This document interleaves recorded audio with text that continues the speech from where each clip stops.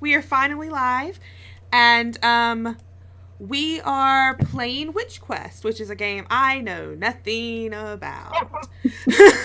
But except I made a little witchy girl, and I love her, and we're gonna have fun, friends. Yeah, so we can go around, introduce ourselves, say who you are, your pronouns, who you're playing, and then we'll end with Taylor as I give it the reins over to him. So I'm Katie. I use she her pronouns, and I'm playing a 13-year-old Amma who is a witch.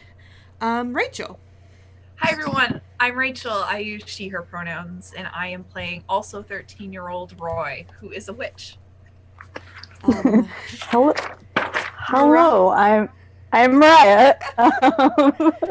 I'm playing Poppy. She is a 16-year-old witch, and I also use she, her pronouns. And last but not least, Taylor, you can take over. I am Taylor. I use he, him pronouns, and I am the GM / all three of your cats. Yay! Each one of you has a cat. Emma's cat is Gork. Roy's cat is Southwell, and Poppy's cat is Grove, and they are your companions. So we are playing Witchquest. Witchquest was originally released in 1991 or 2, around there, by the Japanese company Adventure Planning Services, which I think is defunct. I have tried to research quite a bit into this company, have found unfortunately little. It was translated by Aaron Clooney, who does things as, oh no, get away, pop up, Yaruku Zero Games. He's also done Made RPG and some other neat games. Made RPG.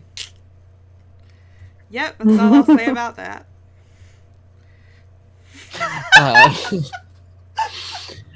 So yeah, he provided translation for it. It is a freely available game. I believe it's out of print. It's just a PDF that is on the internet. It is a game inspired by properties like Kiki's Delivery Service. I also like to pull in inspiration from Kino's Journey, which was an anime that I really enjoyed. And it's intended to be a light-hearted, sweet adventure. The section on combat literally starts with, you don't even need combat, but if you want to, this is how you do it. So our game will probably have no combat. There might be cartoon violence. It is played with witches and their cats. The system recommends that some players play cats too, but they are significantly less fun to play, I think, because they have functionally no stats. And a lot of what they do is to support the witches, the witch characters.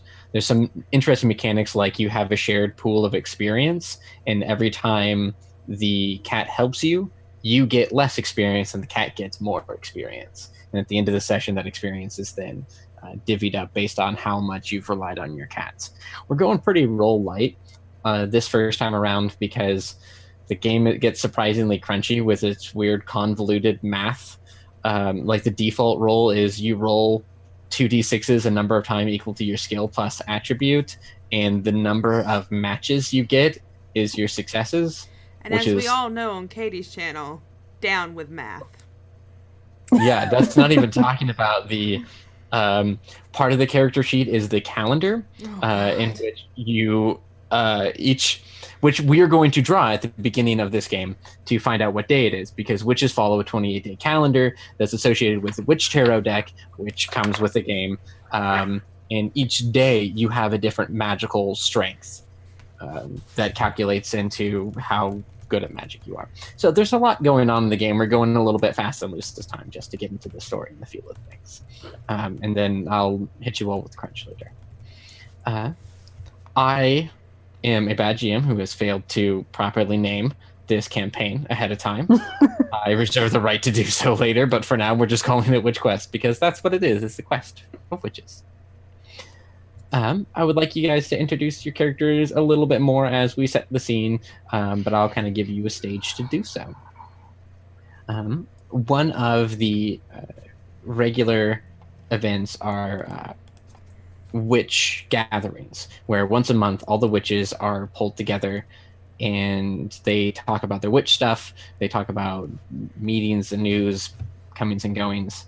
In this culture, witches generally perform jobs and services. They work and they use their magical abilities to provide, services or work at jobs that maybe normal folks wouldn't be able to do. Mostly lead normal life.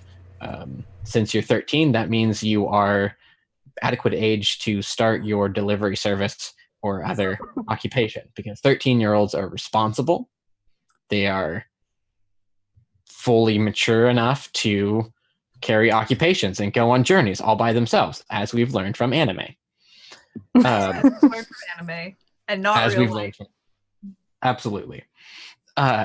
So at this most recent witch meeting that happened, we had a oh no, what did I name her? Oh, okay, yeah. So the one NPC that I named ahead of time, yes, I do have behind the name generator for all other NPCs that you encounter along the way. The best one.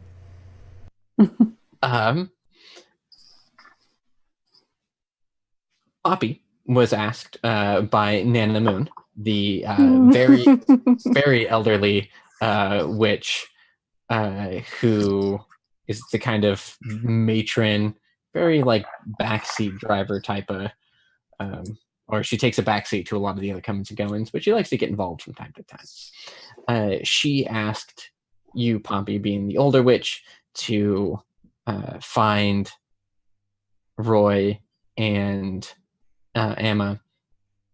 Am I still saying that right? Okay. And to bring them to her at some point when it's convenient. She understands that they are new young adventurers and they are not to be easily wrangled. So I'm going to draw a card and find out what day it is that we start this adventure on, and we can go from there. I need you to not fall asleep on my hand, though, bud. Let him do what he wants to do. For one. Yeah, and fittingly, I have. Let's see if I can. He's I a witch have cat. Sebastian, and I have Dread Pirate just hanging out with me right here, helping me run this game.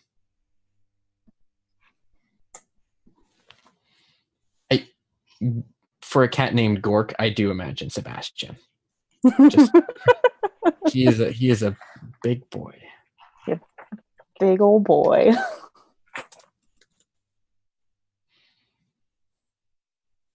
All right.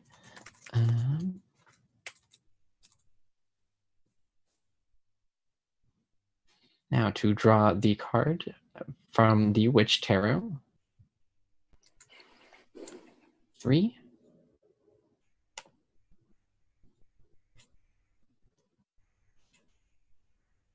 All right. So while I pull up my deck, because I did not do so ahead of time, Poppy, Mariah, do you want to start as Poppy? And let's say you find Emma first, and you can go from there to track down Roy. So this is the hometown that you are in. You may not all be from the same hometown, and that's okay. You don't necessarily have to flesh out that town, because this is the sort of liminal witch meeting space. There is towns and homes. It's like a floating city in the clouds almost, where it's masonry and stonework, high ceilings and roofs. There's a lot of. It's as easy to run from rooftop to rooftop as it is along the streets and the narrow corridors of the road. And this town definitely has a name, and you all come here very frequently for your witch business. And this is where the three of you are and will be, and I'll allow you to each kind of come up with the the things that you were doing here. Okay. So, it isn't currently the witch meeting right now, is it? It was, but okay. So just Nanamoon asked me to go wrangle those two and bring Yeah, them and- back to her to have a talk. Mhm. Okay. So I guess this is our hometown where we live, but not necessarily where we are from. Is that what you were Yeah, saying? it's Okay. because each town in Witchquest kind of follows its own set of rules. The way that they describe it is one town, it might be always night, and the next town is celebrating its harvest festival, and then the town next to that, it's a beautiful summertime morning. So time is a Okay. weird different per each town, but witches follow their own calendar. So all witches kind of follow the same timeline regardless of what town they visit, and they have their own liminal witch town space that they can be in. And so this serves as your central hub town, even if you are from a different town originally. If it Okay. helps you any, Mariah, Amma is like half of her body. She's like crawled into a bush outside on her on all fours. Like you can only just see, like her back half, and you can just hear her sort of grumbling to herself as she's in this bush. Okay. So Poppy, having seen that, just kind of walks over up behind her and says, did you lose something? Do you need any help? Roy went off looking for toads like she always does, and I lost her. She just, when there's a toad, she runs really, really fast. And I thought I saw her in this bush, and then Gork, who knows where he is? And she just crawls out, like her clothes covered in dirt, and stands up and looks at you. I don't know where they are. Well, I guess it's lucky I found you. Nanamoon asked me to find you and Roy and go talk to her about something. I'm not sure what, but Are we in trouble? I don't think so. I mean, I don't know. She didn't seem cross or anything. She just seemed like happy Nanamoon. So I think we're okay. I'm not sure. Okay, I know you guys. I haven't done anything worth getting into trouble. No, I'd imagine At least she's that anyone knows probably- about. Well, I'd imagine now that you're both 13 and have your cats, that she's probably got a job for you to do. Would be my guess. Oh yeah, then we should probably find Roy. And Emma just like points off into a random. I think she might have went that way. Just, Roy! Roy! She's just screaming out for her. So before Roy hears anything, or wherever Roy happens to be, Southwell, your cat. So what is Roy doing at this very moment? Roy has found one of 2 ponds in town, and she is waist deep in it. And she is collecting frog eggs in a bucket. This weird child. I love From her. the shore of the pond, Southwell, where she is sitting, not entering the pond, pauses from cleaning her paw and calls to you. Roy, I believe I hear your name being called. What? Roy, you're being called from quite far off. I think it's By- Emma. By Amma? Alright. That's... Alright. Well, I still haven't found frog eggs, so I gotta wait. Gotta find them. Would you like me to lead her here? Sure. Sounds good.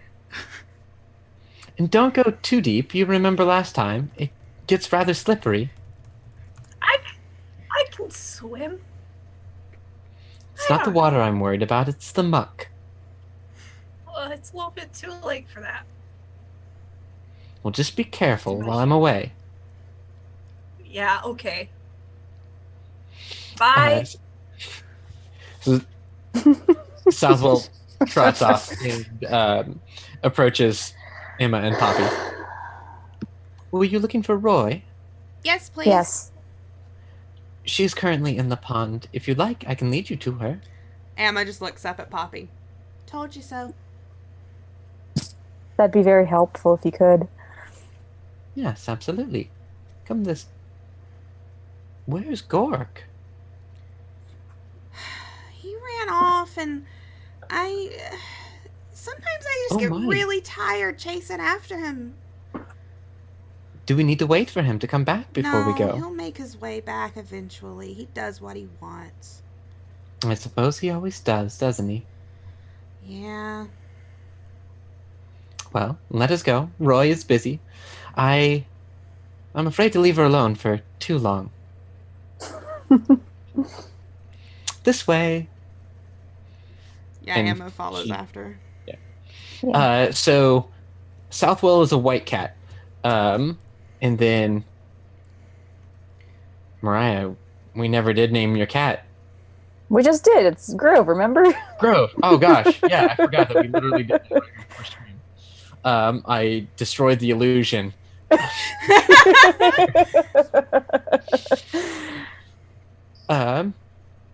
Yeah, so Grove is green, correct? Yeah.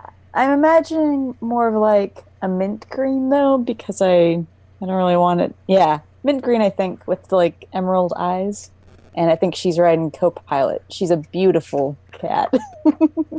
Okay. So Beautiful Grove is sitting upon your shoulder. Yeah. And then I should add, Southwell only has 3 legs, but she's very. oh yeah, dignified about it. yeah. And it's her back right leg Yeah, it's her back right leg. that's missing.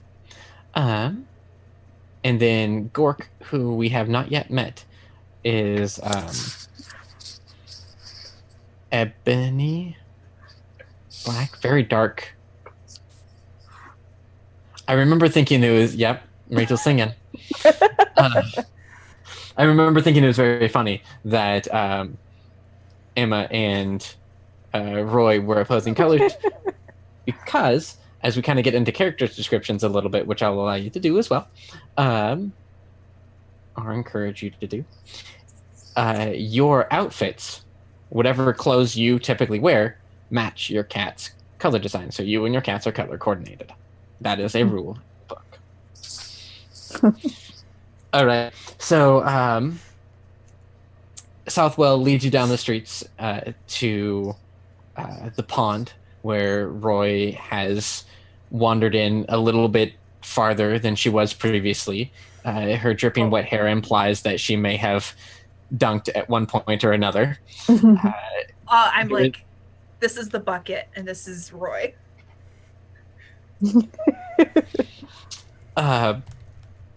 And shortly after your arrival, Gork,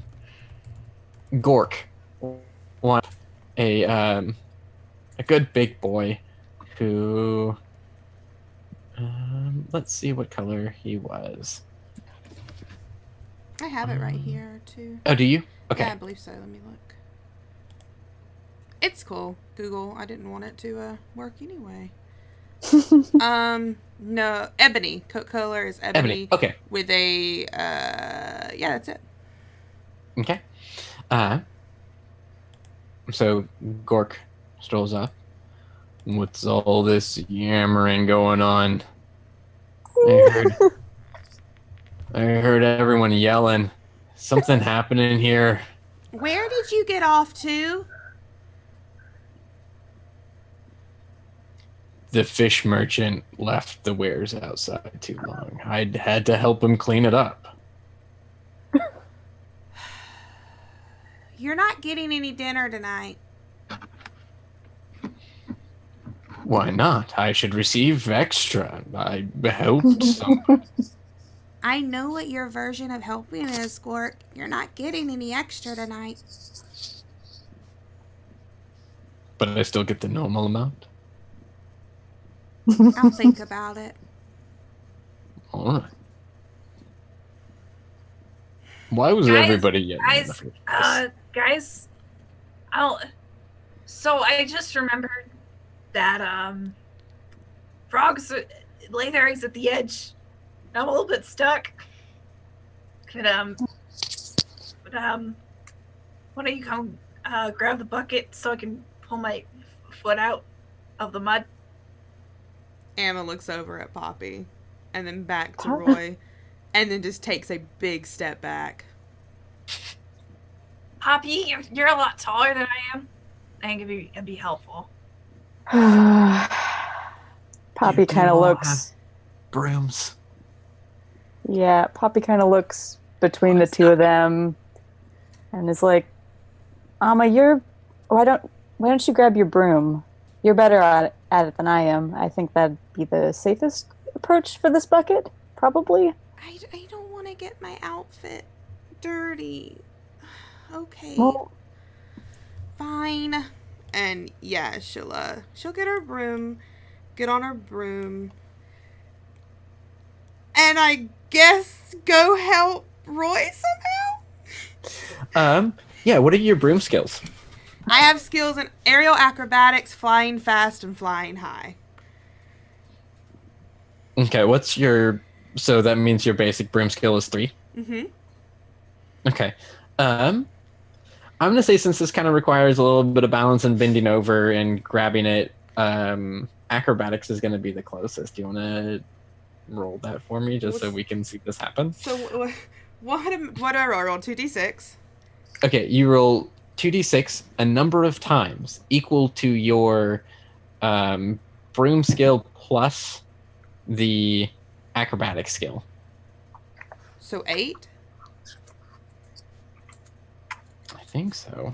Gosh. what are rules even? Just make them up. Yeah. I'm gonna confirm this real quick. Skills.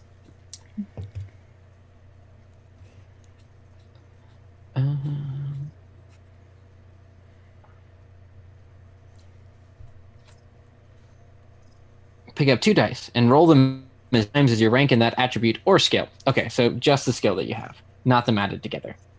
Okay, so 5? Yes. And what am I trying to get? Pairs. Okay. Not a pair. That's a pair, 2 5s. Cool. Not a pair. Not a pair. Not a pair. I got 2 5s twice. Okay. Nice. So that is a level 2 success, which is a huge success. So just getting a pair once is good. Like, so long as you get 1, you're good. Anything above that is kind of above and beyond. And a way that cats can help, just a sort of rules tutorial, is that if you were to roll and not get any successes, you can ask your cat to help you out and borrow up to 3 cat points, which is the experience that you split, for up to 3 more rolls, with an equal 1-for-1 cat points to rolls. Okay. I think Emma gets on her broom and very carefully navigates over this like mucky pond and leans over so she can take the bucket from Roy and give Roy the chance to free her foot. Yeah, there's a few frog eggs floating in there, like a couple of clusters, and also like 2 frogs. Emma's not happy, but she's helping. She has like a look of like disgust on her face. The big one is named Ruby, and the other one is named Todrick. Okay, Roy, I'll take them back to the ground. You get out of here, okay? All right. Yeah, I'm gonna do that right now. And you just hear like as I like bend over and like pull my leg out of the muck and start wading back to the shore. Do I have to roll for that, or can I just? No. Okay, awesome. Yeah. So you all arrive back at the shore. So my cloak, my witch clothes should be white, but they are not white. Because I think from about like like the mid thigh down. It's just mud, like, and I'm dripping all over. I have like a nice little cute cape. That would be cute, but it's just like wet and clinging to me. I give a big toothy smile. So you need me for something? Yeah, Nana Moon asked me to get you and Amma and bring both of you to her. So Am I in trouble again? No, I don't think either of you are in Not trouble. this time. But you should get cleaned up so we can go. Okay. Oh yes, absolutely. If we're going to go see Nana Moon, we're going to have to make quick fine. work of that. No, look, I look great. This is fine. Southwell uses cat magic, the grooming magic spell, which costs her 4 magic points to do, but she has plenty of magic to spare, which is called grooming, and she magically cleans you off. So she kind of like bounces around, jumps on your shoulder, and as she does, this sparkling white glitter trail kind of surrounds you, and your clothes are fresh and pristine and white again. Oh. There we are. Now do try to keep it that way for at least some time, at least until we arrive. I can't promise anything. But I'll try I my know. best. There you are. I'm sorry, Southwell. I shouldn't be getting Oh, no dirty. need to apologize. Okay, thank you. Thanks for cleaning me up, I guess. Okay. Let's go. All right. All right. So you all hop on your brooms, and your cats join you on your brooms. And Nana Moon's cabin is in the woods on the edge of town, and is a cute, quaint, homely place that always has a good-smelling smoke rising from the chimney. Always has a cup of tea and a pot of soup ready for anybody who visits her. There are plenty of chimes and charms that line the yard and hang from the porch. The rocking chair is half grown over by vines, but you've still seen her rocking there from time to time. And then inside is cozy and warm. The fire heats it to just the right temperature, and thick, cozy rugs cover pretty much every surface, and are woven in rich reds and golds and royal blues and all sorts of colors everywhere, and make it a very comfortable place. Most of the seating is just lumps and mounds of pillows that get higher and become connected in some places. And Nana Moon is there. You find her knitting. If you were to knock upon the door, which is usually a unnecessary formality for Nana Moon, but if you feel it's an important event, you might do so. Oh, well, if Roy's the first one to get off of her broom, she's the first person to walk in. She doesn't. Okay. You find her sitting there, Hi, knitting. Nana Moon. Oh, hello. Are the others with you? Yeah, they're coming. Wonderful. How are you doing, Roy? Did you find any good frogs lately? I found 2 frogs today, which is really exciting. Their names are Ruby and Todrick. I know because they told me. And then I found a bunch of eggs, so I'm gonna take those back to my house, and I'm gonna let them hatch, and then we're gonna have so many frogs, and it's gonna be great. And are you going to care for all these frogs? Huh? Are you going to take care of these frogs as they grow? Babies need a lot of love. Well, what? They can't feed themselves, you know. But they eat bugs. Sure, and where are you going to get all the bugs for all those frogs? They're all over the place. Oh, hello, Amma and Poppy. Did you Or see Nana her Moon. new frogs? Do you have them with you? Yeah. Oh, that bucket looks fresh from the pond. Yeah. Well, I'm glad that you all joined me here. I We're wanted not to share... in trouble, right, Nana Moon? I didn't Well, I'd do certainly anything hope wrong. so. I didn't break any rules. I've never broken a rule ever. I feel like you Not both this have really week, guilty anyway. consciences. Well, I'd hope you were in some manner of trouble, or else you wouldn't be real witches. She has a point, Poppy. I guess so. Well, if you are in any sort of trouble, I'm not the one to call you on it. I'm sure your parents or someone will slap you on the wrist. In the meantime, I'm here to tell you the interesting results of reading I did at the end of the last witch meeting that we had. Now, Emma, you are rather practiced in the cards, is that right? Yeah, they're one of my favorite things. Sure. Now, before I tell you what I've learned, I'm interested in hearing anything that you may have divined lately. Have you looked to the stars or done any sort of divinations? Well, I'm still sort of learning what they all mean, but I've been playing with the set that you gave me, and they're real pretty. My That's good. mom took away my set because I kept getting it wet. They said I was going to ruin it, so they keep I'm it sure- on the shelf. I'm sure I we can did find read a it. waterproofing charm for you. Yeah, well, I'm not really good at reading it. It's not a problem. Well, I've always found reading pictures much easier on my eyes than reading words anyway. Yeah. I can read. So, Emma, you're saying that you don't have any sort of feelings, you haven't noticed any omens so far? Was I supposed to?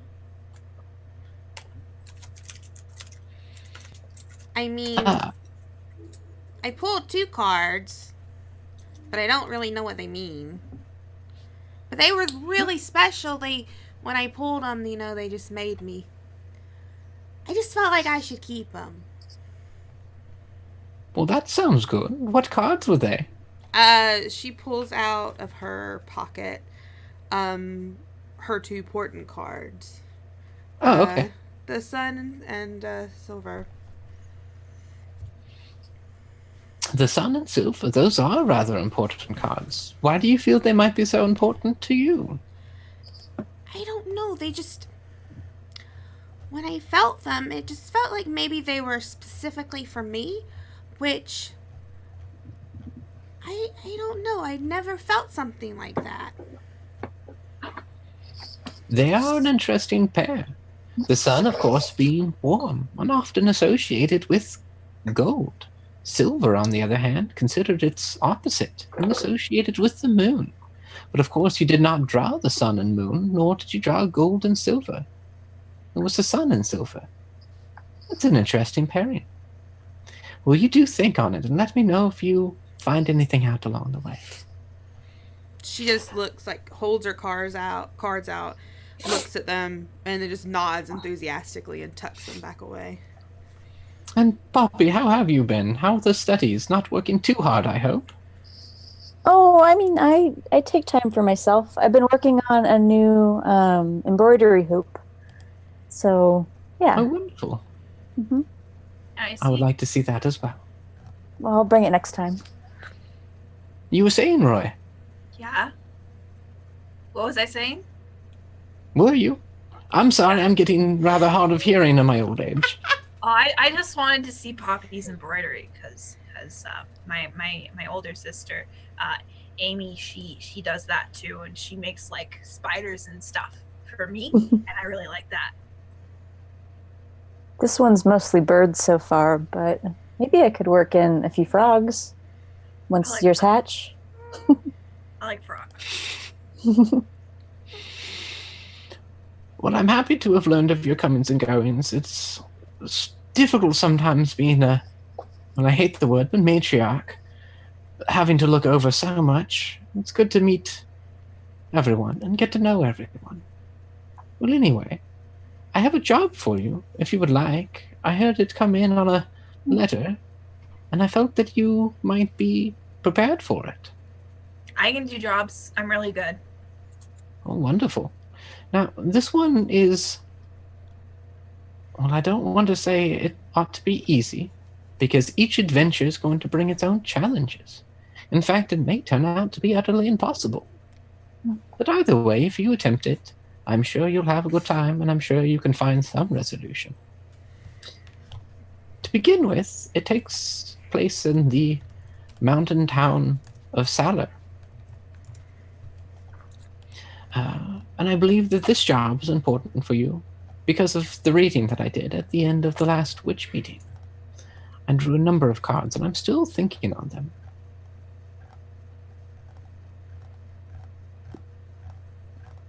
If you would like, I could tell you the... Yeah, could you tell us the cards? Because that would be helpful. I think anything that helps. Well, certainly. I used a very simple spread. It's 4 cards, or 5, sort of. The 5th one doesn't quite count. Well, we draw them out, and they represent the past, the present, the key, and the future. And then the final card sort of describes them all. Through the river of time, it's in all of our pasts. It's the current that has arrived us to this moment. The river is the flow of movement ever forward. The river has our attentions, and we are at its banks. Our present concern falls upon the sword. A great hero, noble battle, pioneering adventure. But this is not a time of war. So what need do we have of weapons? The wind is the key. It will take us where we need to go, and there is a need for us to go many places. The river represents a reunion, but the pieces have floated downstream and are scattered to the wind. The wind, yes, the wind will guide us. And the future is gold. There is wealth and power along the path that lies ahead. To whom shall it belong? What is the true wealth that we seek? The 5th and final card, the card that oversees all others, the threads past, present, and future, is the witch. And fittingly, this is a matter of our own involvement, and beyond the literal, it is a matter of independence, of flight, of wonderment, and freedom. This is what the witch represents, what we represent, children. This is why I have asked this favor of you. I believe that this job sort of ties into this fortune that I've been weaving together, but can't quite make sense of yet. Well, But- what is the job, though? Oh, yes, the job. It's in the mountain town of Salar. The town seems to have lost its yodel. Yodel. You mean Yes. like actual yodel? Well, I believe so. Yodel. The yodel is important in a lot of mountain towns where they communicate great distances. It has become a sort of music, a way of non-verbal communication that can transcend great landscapes. It can be deeply personal, or it can be widely informational. But this town seems to be without its trusty yodel. I guess we gotta find a yodel. Is there a yodel shop nearby? Unfortunately, I'm afraid you need to find this town's yodel and not a new one. Perhaps you will find a new one, but I suggest starting in Salar and going from there. Okay. Right. Yeah, I mean, I trust your job, so I think we should do it. And we should prove ourselves. I've never been to the mountains before, and I hear that they don't have frogs there, but they do have like snails and mountain goats, and they got big horns. Oh, absolutely. Emma They have all looks at Roy with sort of fear in her eyes. Roy, Yeah, you're not gonna try to fight a mountain goat, are you? I'm not gonna try to fight a mountain goat. I'm gonna try to ride one. That might be the same thing. Well, it's not. It might lead to it, though. I don't think mountain goats are particularly friendly. I think you might also be too big for one to ride. Oh, I think I'm a small person. for the time being. So I better get on the mountain goat riding while I still can. Well, I guess we'll see if we cross paths with any before we Maybe you should ask get your too far mom's ahead of ourselves. permission to ride a goat. Oh, hush now. We don't need mother's permissions while we're out on jobs. Okay. You're working now. Oats on my farm, and I've ridden them before. So a mountain goat, I think, is just like a big regular goat, except it's got cool horns. Okay. Well, I suppose, should we head off then? Is there anything else we need to know about this job? We'll take some tea and cookies. Okay. Oh, yes, Sort of a please. long flight. And some cheese. Oh, please, yes, absolutely. And once you've completed the job, the town has already promised that the payment will be made directly to you, and that will be yours as you wish to spend it. Oh, is it money specifically, or is it something more interesting? The town promised the treasures it's known for, so perhaps some Is spending it going money. to teach us how to yodel? That might just be something you learn along the way. That's a valuable talent. And she like looks to both of you like nodding excitedly.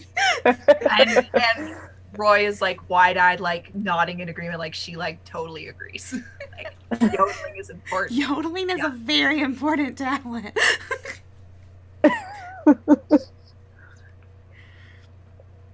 Now bundle up these sweets, girls, and take them with you. Poppy takes out a very nicely embroidered tea towel to wrap up her portion in. Emma, not just shoving them into her pockets, a little bit more delicate, but still not taking that much care of them, puts them in like her satchel bag. A little bit better than just, shoving them away, but she does, it's not that much better. Roy starts like rooting around in her satchel. She's like, oh, I put it somewhere. And then I think like Southwell like produces like a nice little like pouch. Yeah. Oh, there it is. Kind of lost. Misplaced it And these for a second. cookies are pretty good. I always like Nanimum's cooking. She looks down at Gork. Did you ask for one of those? They weren't offered to you. They were offered to us, weren't they? I'm your Us? partner after all. Us, as in myself, Poppy, and Roy, not you, Gork. You've had too much to Well. eat today. I disagree with that, absolutely. I think if we're going to be traveling together and working together, it's only fair that I also receive my share of the cookies. But Cork, you can't eat all of them now because we gotta save them for more. Don't worry, more Roy. kids. He's not getting another single cookie. Well, if they get crushed up, then I'll have several fragments of cookies. And he like haughtily kind of like loafs himself at the foot of the broom, ready to run. Before we take off, Poppy kind of bends down next to him and says, so Gork, if our payment is learning how to yodel, will you also be learning then? Oh, I'm already familiar with singing the songs of my people. Oh, I'd love to hear that sometime. I would love to hear that too. Well, Not joking. Serious. sure, certainly. You flatter me, but not yet. Okay. So if you're ready to depart, which Nanamoon has kind of gone back to her own thing, and like when you are ready to depart, she looks up like, "Oh, you're still here. Don't you have a job to do?" See, Roy will be ready to depart once she goes and drops her frog eggs back off at her family's house. So you have all spent some time in other towns. Just for whatever reason, it's not a completely alien thing to do, but this is probably the first time that you have prepared for an extended and more independent job in another town. So it kind of comes with a different feel, a different responsibility. What do you do to prepare? What are the like top thing that each character does to? I'm assuming that there's going to be food and you don't have to worry about rationing or anything like that. But what to each character is the most important thing to bring for what could be a couple of days? Poppy, do you want to start? Poppy makes sure to get some good sturdy boots and nice warm gloves and a scarf. Just to make sure that she'll be warm in the mountains. Okay. Emma doesn't at first, but then notices that Poppy's doing it, so also gets probably like less sturdy boots, but she does manage to get some clothes to bundle up in. And she takes her tarot cards. Those are like very specific that she wants to bring with her. And just like one of her spell books, magical books, some magical subject, that's she also tucks that away so she'll have something to read if they're like have downtime or something. Okay. And what's Roy packing? Well, I know that the other thing that you have to prepare in doing is dropping off the frogs. I have to drop off the frogs. She's not very happy about that because she wanted to get to know them a little bit better. But I guess she's not going to anymore. She's not going to prepare at all unless someone like, suggests it to her. Yeah, if when Roy comes back to meet up and she doesn't have like anything besides what she already was wearing, Poppy's like, go home and it's going to be cold. You need to have boots that aren't going to get wet, and you need a coat, and you need something for your hands. If my boots get wet, then Southwell will take care of it. No, go home and get warm clothes. No, I'm going to be fine. We're not leaving until you go get warm clothes. No, we're ready to go. I'm ready to go. Let's go. Roy, remember that sweater that you have? The new one that we just got. Remember how much you liked it? That would be a nice wear. Finally have an opportunity to do so. It's been so warm lately. Okay. Well, just can I bring the hat that has ears on it too? And the pom-pom. Yes, exactly. Absolutely. I think that goes well with a sweater. It'd be foolish not to bring both. They're quite the matching pair. Okay. Well, I'm gonna be like, well, I'm gonna get on my broom and I'm gonna be really fast about it. So it's only gonna take me like, I don't know, not that long. I'll be back real fast. I'll be back. Okay. And she's already on her broom, like go, like zipping, like at like a little bit too fast to be safe. I still need to give Grove a voice. Maybe Grove is just always silent. Grove communicates through magical emojis over their head. Oh. All right. So you have packed, you've prepared, you're going to Salar, the mountain town, and it is a voyage. It's the period of time that sort of like, what is time? You're flying above the clouds. It's stars, it's nighttime, or maybe very early morning. It's difficult to tell once you leave your own witch town. And it is a little bit longer of a journey. I think I would like to take this moment to, and this can kind of be sort of in, sort of out of character, depending on how you want to do it. Beforehand, we did a couple of questions where you guys set up how you knew each other. Just want to exchange a couple of brief anecdotes of what you might be talking about as you're on the trip that sort of, hey, remember that time when, or, well, this is kind of like just a sort of road trip conversation. I have such a good one. You're also free to make something up new if you want. But yeah. So okay. For chat, during one of the things I picked for a relationship between Poppy and Amma was that during one of the witch meetings or so, Amma couldn't remember the correct spell, and Poppy stepped in and sort of helped her. Well, here I am reading over the magic list, and the spell that has definitely caught my eye is a spell called Cat Split. And if it Oh yeah. if it backfires, you manage to split your cat into 2 halves for 30 minutes, and this is word for word. They hate it when you do this. So I think like at some point, Emma flies up beside Poppy and is like, "By the way, I really wanted to thank you for helping me with that spell, because if I had split Gork one more time in half, it wasn't going to be pretty." Oh, that's no trouble. I mean, that's a really tricky one. I definitely messed it up my first time too, but Grove turned into a bow. You wouldn't believe it. I was so confused. Oh, I mean, that actually sounds really cool. Well, I prefer a cat. I don't know anything about archery. That's fair.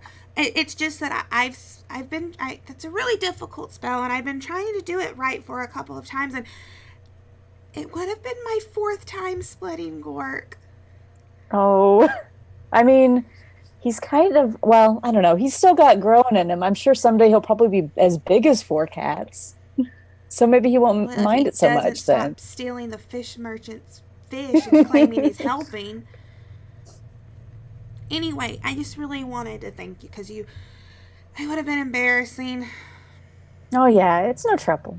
Don't worry about it. Yeah, and Emma just gives Poppy a smile and sort of, continues on the journey.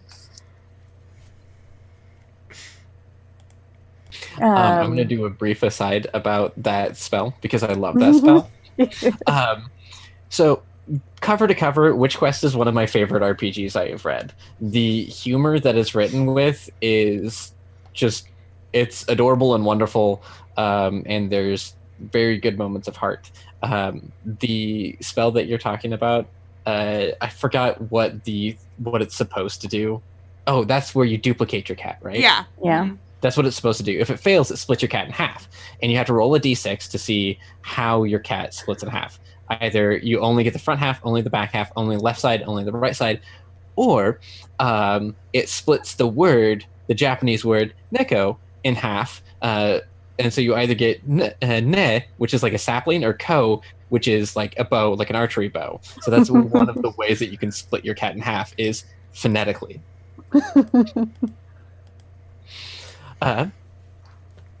Roy, did you have a story?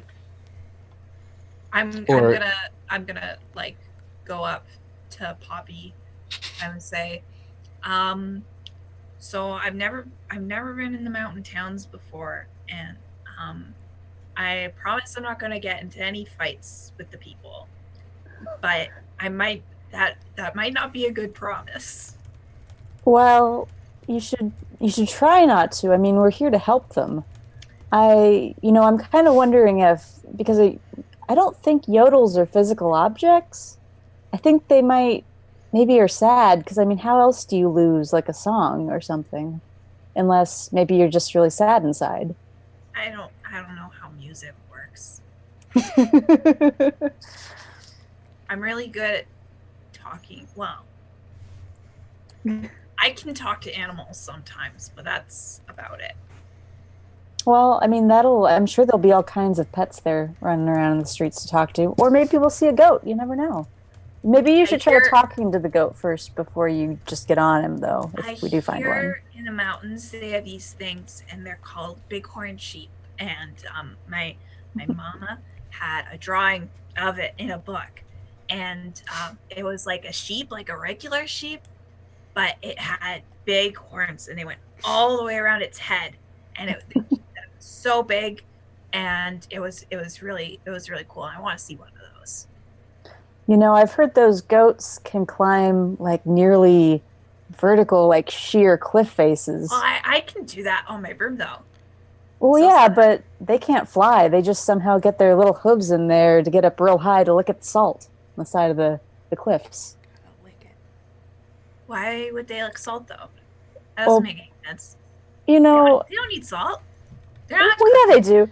Every living thing needs salt. It's a really important mineral that, like, our bodies crave. What? What's a mineral? Well, it's a thing that our food's composed of. Like, there's vitamins and minerals, and carbohydrates and amino acids and protein. Poppy, you're saying a lot of big words, and I don't know what any of them are. That's okay. I'm sure you'll learn about them later.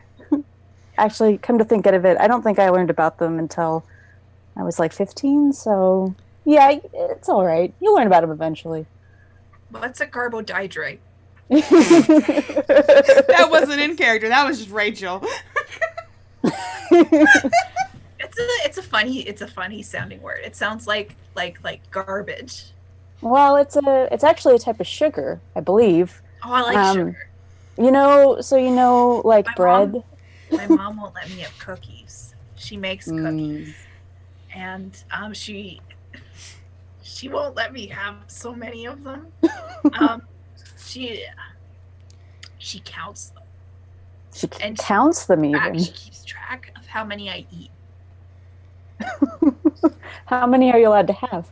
I'm allowed to have 3. Can you believe that? She'll make like 5 pans of cookies. And then I'm only allowed to have 3. I mean, I guess I have 6 sisters. So. Oh. Maybe that's the reason why. Now that I say that out loud. Well, how many did you grab from Grandma or from Nana Moon? How many? More than 3, I assume, right? I got a lot more than 3. Well, now you've got your own little secret stash that you don't have to worry about sharing. Well, I'm worried about Gorg, actually. Well, I think he's big, but he's sneaky. That's true. Hey, Amma, does Gork steal food from other people usually, or just you and fish tenders? Yes, 100% yes. All right. Well, I guess we better guard our cookies well then. I'm gonna guard them. They're my cookie. Hey, Gork. What is this being said about me? I'm a gourmand. I'm a connoisseur. I like to sample all sorts of things. Gork, if you eat my cookies, I'm gonna split you. And I'm really bad at magic, so it's gonna turn out bad. Oh my. Well, you see, I've forgot about Nana Moon's cookies and how filling they are. And I've quite eaten a bit more than I intended. I don't believe I'll be stealing anything anytime soon. I got my eyes on you. Southwell. Yes. Don't let him get into my stuff, please. Oh, absolutely not. I'll guard our rations fiercely. Okay, thank you. You're the best cat ever. I thank you. Sometimes you get stuck with a Southwell, sometimes you get stuck with a Gork. And aren't you fortunate it was the latter? Emma dips her broom almost enough to like make Gork a little uneasy. He does that thing where like he's gonna stay put for as long as possible, and then kind of does an uncomfortable wiggle when it gets a little bit too far. And claws in. Hey. Sorry. All right. Do we want to take our break and then jump back in when you arrive at town? Yeah, sure. This seems like a perfect place. It's just, cool. Imagine the whole time it's just Roy like talking everyone else's ears off and just being very stupid. Yeah, so we will be right back. About 5 minutes, everyone take a little break, and we'll come back with this wonderfulness in the mountain town.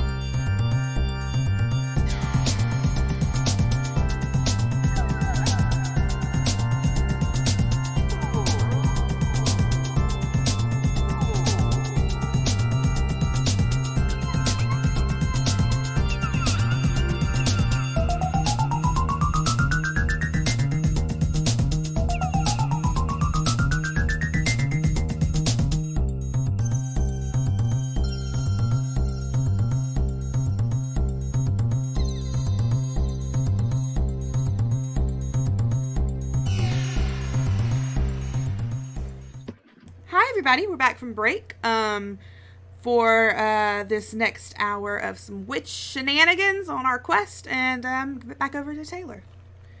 Which shenanigans? Witch shenanigans. No, which shenanigans? Witch shenanigans. Comedy. All right. Ha-cha-cha! But who's on first? Sorry. You've arrived in Salar, the very alpine mountain town. It is cute and quaint and definitely built onto the side of a mountain. It is, equal parts Swiss and another thing. Wow. There you go. It is distinctly Canadian in its architecture and there's fountains of maple syrup. There's vendors selling ketchup chips. This is what I think Canada's like. Okay, not to be like Canadian, but there's in Banff there's a whole hotel that's built into the side of the mountain there. Oh no, there's stuff like that in Georgia. I mean, yeah, it's very cool. But I mean, it's like a thing. Like people are like, oh, it's built into the side of the mountain. The cast of Letterkenny comes out. Yeah. They're all eating poutine. They're all eating poutine. You guys are just gonna get paid in poutine. Yes. Oh, well. I wouldn't argue with that. Poutine is very good. Sorry, I derailed this. No, I love place. Yeah, it is a very mountain culture. It's not just kind of like a town near mountains. Like, it is built into mountains. This community has evolved in tandem with the mountains. Around the bottom of the town, the farther down the mountain, there is a lot more forest, and it starts becoming the snow gets less as you go down. There's a lot of forest. The trees get sparse as they go up through the town, and then above the town there is very little vegetation. It's mostly just snow and ice and rocks, with the occasional hardy tree that has maintained the never-ending winters that are here. It is currently how many sunny. mountain goats? You see at least 3 on your flight down. Are they playing banjos? They are not. Their little hoofers have too much trouble with the cords. God damn it. When Roy sees the mountain goats, she's like lying down on her broom and pointing. She's like, look, there are the goats. See, I told you. Obviously no one was doubting there were mountain goats, but she's like, there's 3 of them. Oh my gosh. Seems to be a little family. What if you got down really close to one to pet it? I could. I think you could. I want to know how it feels. Okay, I'm gonna go check. I'm gonna sit Okay, down. Google. What's it like to... I'm gonna sit down and I'm gonna sit on my broom. I'm gonna say, Okay. Excuse me. I'm gonna wave my hand at the goat and I'm gonna say, can I pet you? Sorry, I've seen enough goat videos. It screams at you in a human voice. Doesn't have a horrible tongue. Do you have a skill that's like mountain forest? Yeah, I do have a skill. Okay. Let me just Do you pull want it to go ahead up. and roll that for me so we I can pretend only we're roll it playing? once because I'm very bad at this. No, mountains, Okay. forests, animals. Okay. It allows me to speak to animals and know what they're about. And I get to roll 2. I got to roll it twice. I got to roll 2d6 twice. 3 and a 5, Okay. and a 2 and a 4. Okay. You're allowed to ask Southwell for help. As your cat, I can also offer it, is like, do you remember that different animals in different areas might have different dialects? Oh, I was like an accent or something. Something. Um, can you translate for us? Oh, I'm not sure if I can translate, but I can help you try to remember some of the words. Okay, yeah, that'd be helpful. Okay. I know we didn't get like super into cat points this time, but you can kind of decide if you want to do 1, 2, or 3 extra rolls, and that kind of determines the number of points that you get versus Southwell gets to level up in experience. Can I get 2 extra rolls? Yeah. Perfect. 1 and 4.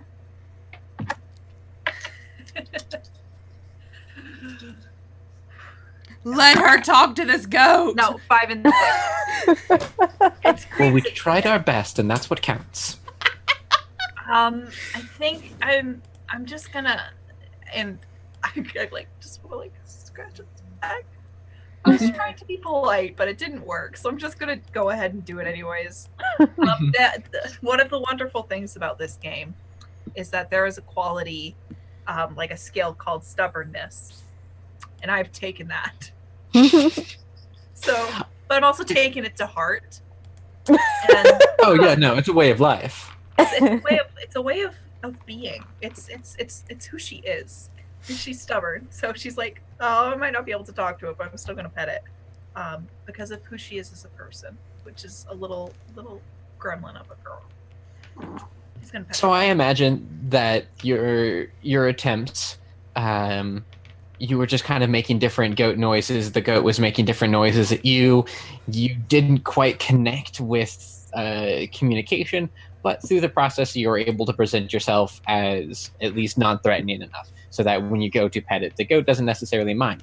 It's got very thick, kind of matted fur. It's not super soft, and it's just kind of like, but it's like very thick, and it has a neat texture that you've probably not felt on an animal before. It kind of feels like a woolly sweater, or something that would be very cozy, if not completely comfortable. But yeah, the goat doesn't really mind as you pet it. Emma, Yeah. it wasn't very soft. Well, I mean, I didn't know if it was different from other goats, and normal goats aren't soft either. I just was a little curious. You know how like feel my sweater? I mean, do you want me to? Yeah, feel my sweater. Emma flies down and like reaches out to feel your sweater. It's like that. Oh, okay. Yeah, not soft at all. Yeah. And she turns over and looks at Poppy. Where are we going? Are we lost? No, we're not lost. We're going the right way. While that was happening, Poppy kind of took a minute to do a wind reading to just kind of get a sort of handle on what we might be flying into before we get there. So would you like me to do some rolls for that? Yeah! So I have a 6 in wind reading, so I'll roll these 2 dice 6 times. Read the wind. Read that wind. So nothing in my first roll of 3. Let me see. Second. Oh gosh. No. Immediately. Oh, there's 1 success. Yep, just 1. Pair of 5s. Seems like 5s are lucky tonight. Okay. So the wind seems to carry you towards a very prominent clock tower in the middle of town that seems to be a town hall, or at least a focal point of the town. It seems important. A good place to start asking.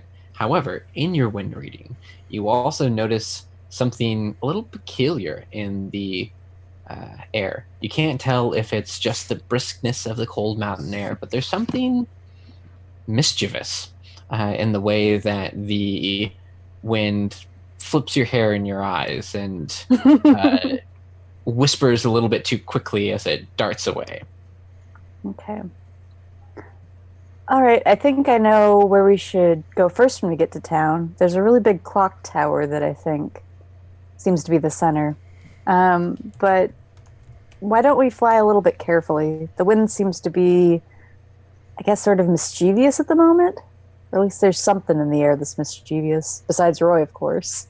Hey, She's not wrong, Roy. just because.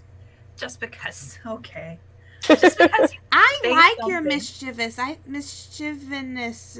That's a hard word. Mischief. I That's- like it. It's one of your best qualities. Well, thank you. Most people complain about it.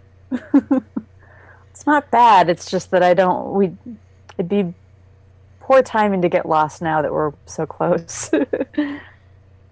Well, let's go on. Yeah, Amma definitely trusts Poppy, Polly is a character from My Life with Portia, which I've been playing way too many hours of. Trust Poppy to lead the way, because Poppy's older and knows what she's doing. And I also trust Poppy. Even though she called me mischievous. Which Roy can say. It's her best quality! It's not Poppy didn't mean it as an insult. Yeah, but we're 13. We take everything to heart. Okay, that's true. To be fair, we take everything to heart. So as you approach the clock tower, you see a very, very tall, broad-shouldered lady wave and kind of like beckon you to come to her. Okay. And as you arrive, she just calls out, "Hello, witches!" Hello. Kind of waves. Hi. I'm so Hi, my glad name you is could make Roy. it. And What's my your name name? is Mayor Puck. Oh. Amma Well, I suppose lands. my name is Puck, and I am the mayor here. Well, I am Poppy. I already said my name. It's Roy. Hi. I'm Amma. This is my cat Southwell. It's nice to meet all of you. Now, I'm afraid you must be aware of our dilemma here in the town of Salar. Yeah, we had heard that you'd lost your yodel. Yes, we have. The yodel is a very important part of our town and culture. It wakes us up each morning, and it sings us to sleep each night. It warns us of the dangers in the mountains, and it tells us of the coming light. Mayor Puck, I just wanna be clear before this starts. You do mean like your yodel as in the noise? Or is this a thing? Well, I would say noise is a rather simplistic way to recognize a yodel, but yes, a yodel is a song or the sonorous qualities that hang in the air. So no one here can yodel anymore. Did you just forget how, maybe? Need someone to teach you? Oh, I mean, we're able to yodel. I mean, we can all belt Yodel, it out. Taylor, when we- do it. Do it, yodel. Do it. Yodel-lo-lo-lo-lo-lo. Someone clip that, please. Oh, goodness. That's I'll I'm get my so ringtone. I've never been more happy this moment.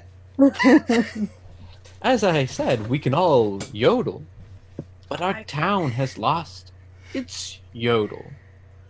It's often sung by our resident yodeler who lives far, far up north and sings it from the mountain. Hmm. Maybe He we seems should utterly go, incapable. maybe we should go visit them then. That Yeah. might be a good place to start. What's his name? Appleby. He's the cowherd. Does he make really good honey mac and cheese with chicken in it? And also have cheap cocktails during the week. I've never been to an Applebee's. These are two things about Apple. You're not missing much. No. I have an amusing anecdote about how the CEO of Applebee's blames millennials for Yeah? Yeah. and not his terrible, awful marketing strategy. But that's for another time.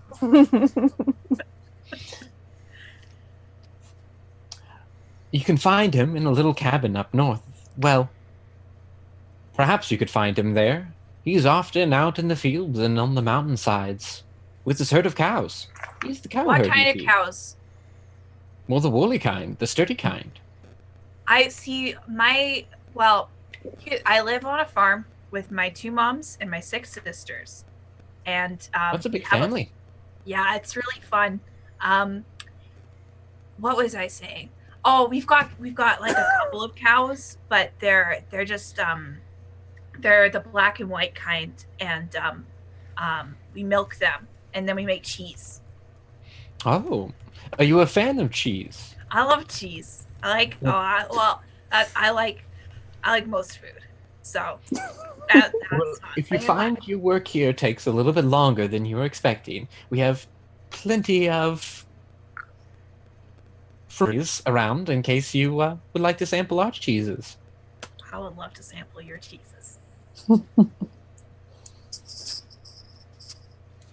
Well then, it seems early enough in the morning. You should have enough time for travel. Are there any other resources that I can provide you with? Mm, Mm, not that I can think of. Just the directions to his house. it's north. Well, I mean, we should probably be more north. specific.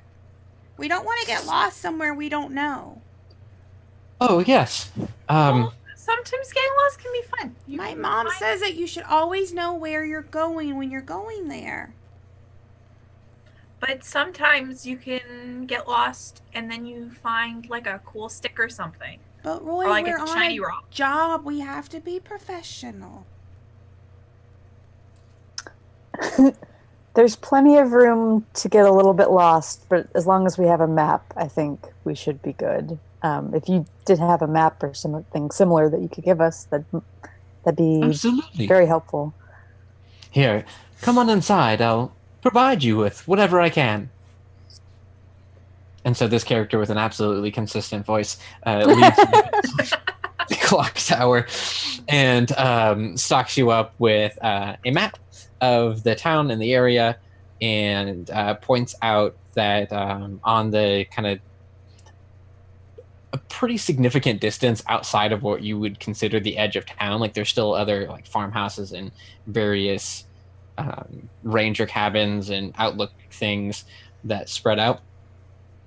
But outside of the boundaries of what you would call town, pretty far north, is the cabin of the cowherd, Appleby.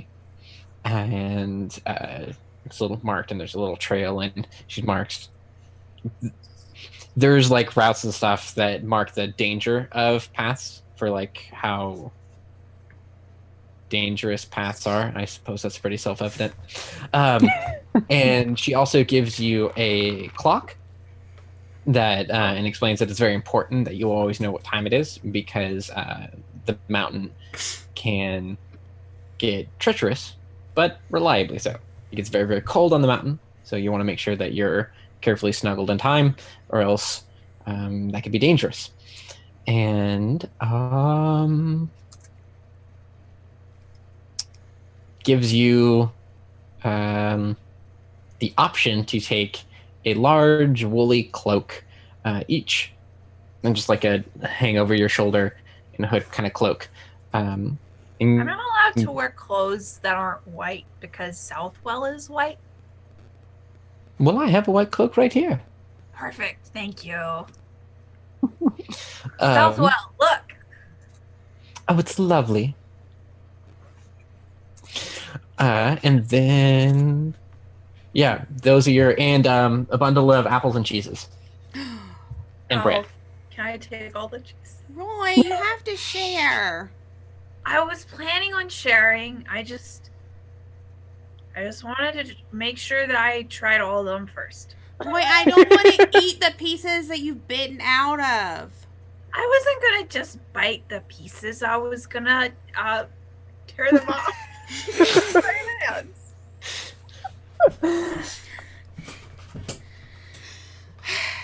I have some memories.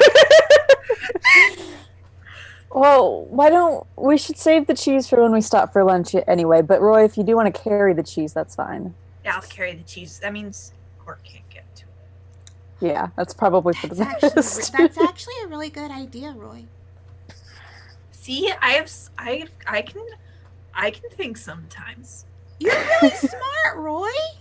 Yeah, I am really smart. I know a bunch of different plants, and sometimes I can talk to them, but not all the time. It happens. Sometimes I split Gork in half, you know. Sometimes trees yell at me, and trees. You'd think that trees would be really nice, but they can actually be really mean. Well, I bet if I had to be stuck in one place for centuries, I'd be really rude and cranky. Sometimes I eat grass and throw it up. We know, Gork! I have to clean it up. Sometimes my tummy aches, and that's the only thing that can remedy it. I have to clean it up every time, Gork. You don't have to. Sometimes the grass is still good. And Oh no, Gork! Too far, Taylor. Too far. Too far. There, so you make it up the mountain trail.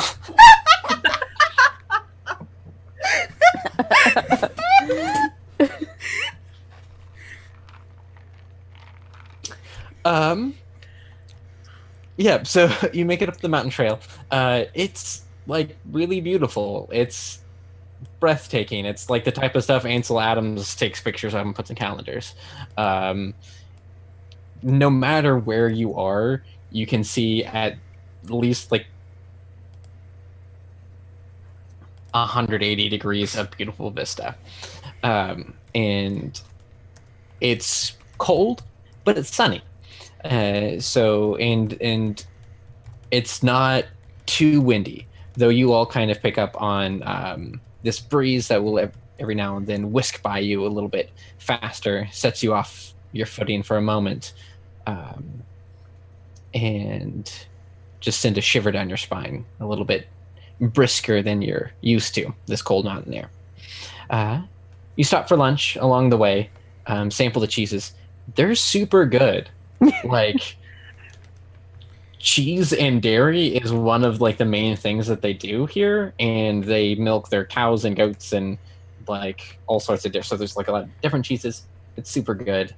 Emma's chowing down and just looking at Roy and Poppy and going, you know, I probably shouldn't be eating this. I'm lactose intolerant, but it tastes really good.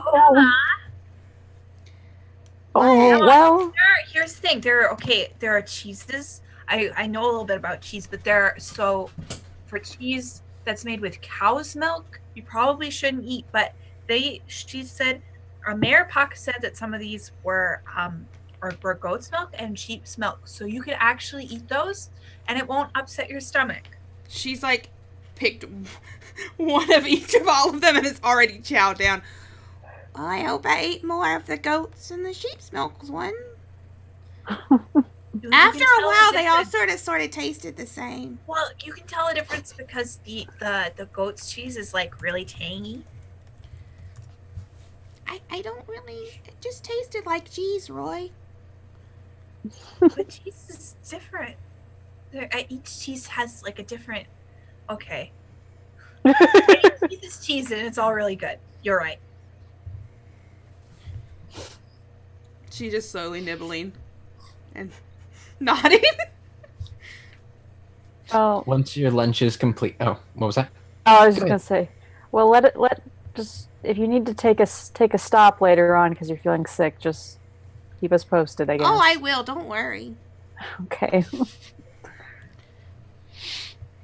After your lunch, you make it further up the trail. It's kind of tiring at this point. I don't suppose you're walking the whole way. You're probably also flying, but flying can be a little bit cumbersome.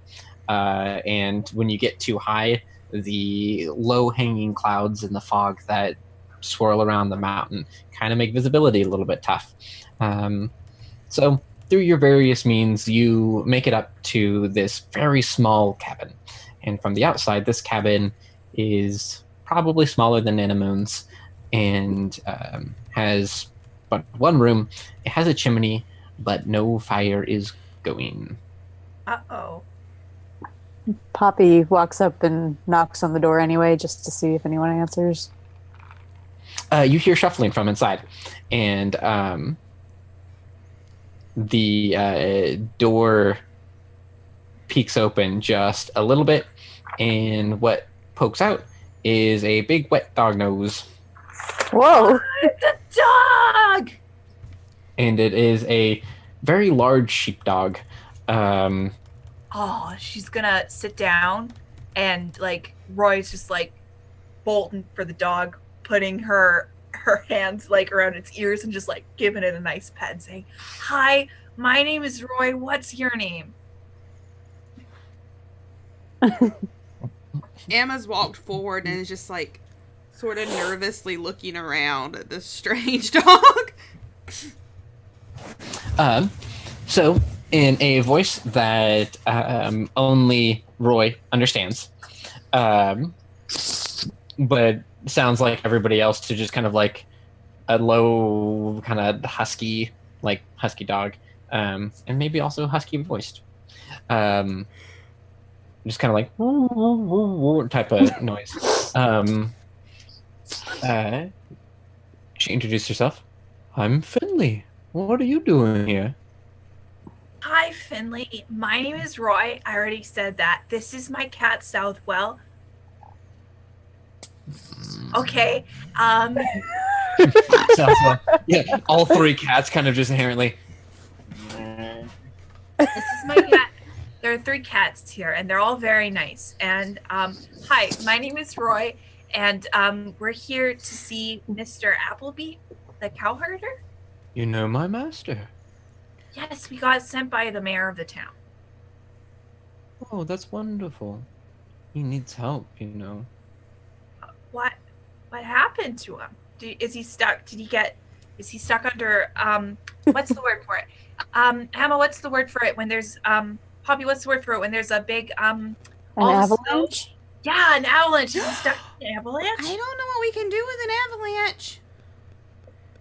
Oh, not an avalanche. Oh, thank goodness, because I don't know what I would do with an avalanche. He's lost his breath. He's had his breath taken away from him. Oh. I think you'll need to go catch it. He's just sort of wandering around the fields now. He can't yodel or call. He seems rather sad. Did someone... Roy, ask him, did someone take his breath?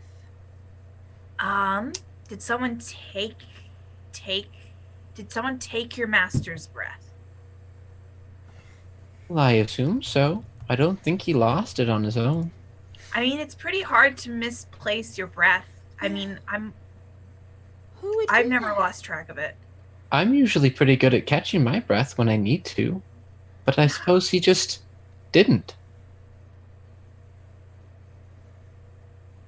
But someone could have stolen it. A thief, a breath thief. That's a hard word to say.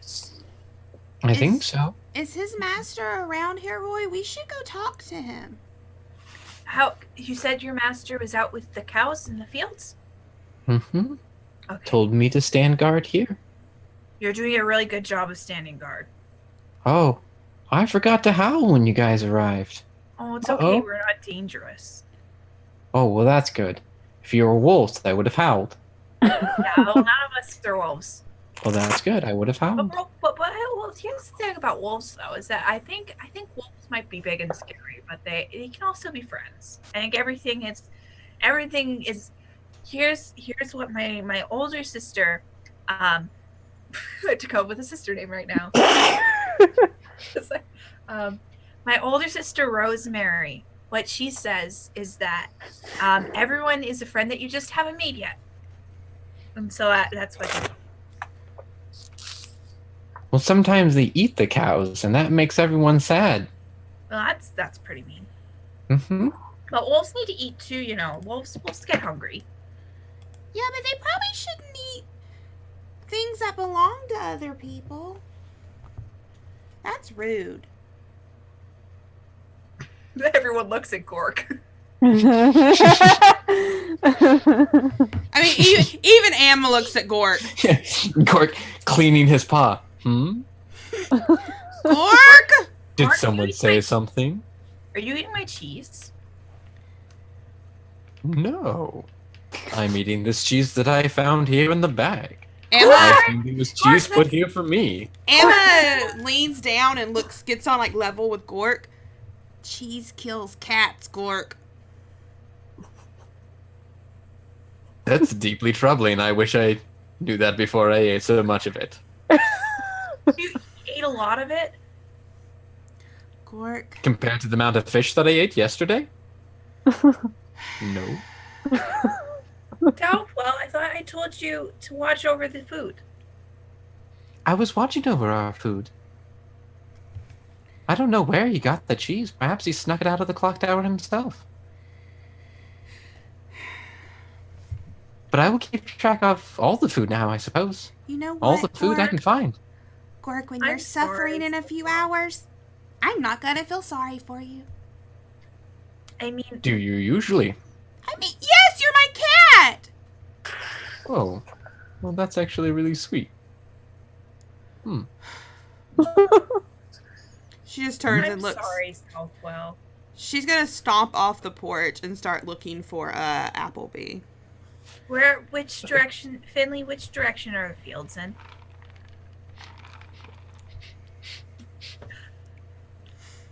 And kind of points with her nose. I think he's that way. I Thank smell him you. on the wing, but it's been I kind don't of... have any dog treats. I'm sorry. Oh. Where's your favorite place to get scratches? Oh, I quite like behind my ears. Okay. Somebody scratch Oh, my that ear. really is the best. Thump, thump, thump, thump, thump. Okay. Thank you, Finley. You're a very good dog. You're welcome. And backs up inside, closes the door, and then you hear like a latch inside. Like the door latches. What a good pupper. A very good dog. Yeah, so a little bit of wandering in the direction that Finley gestures. You see there is a cowherd. Just a lonely man out in the field, just kind of standing, walking around. Hi, are you Mr. Appleby?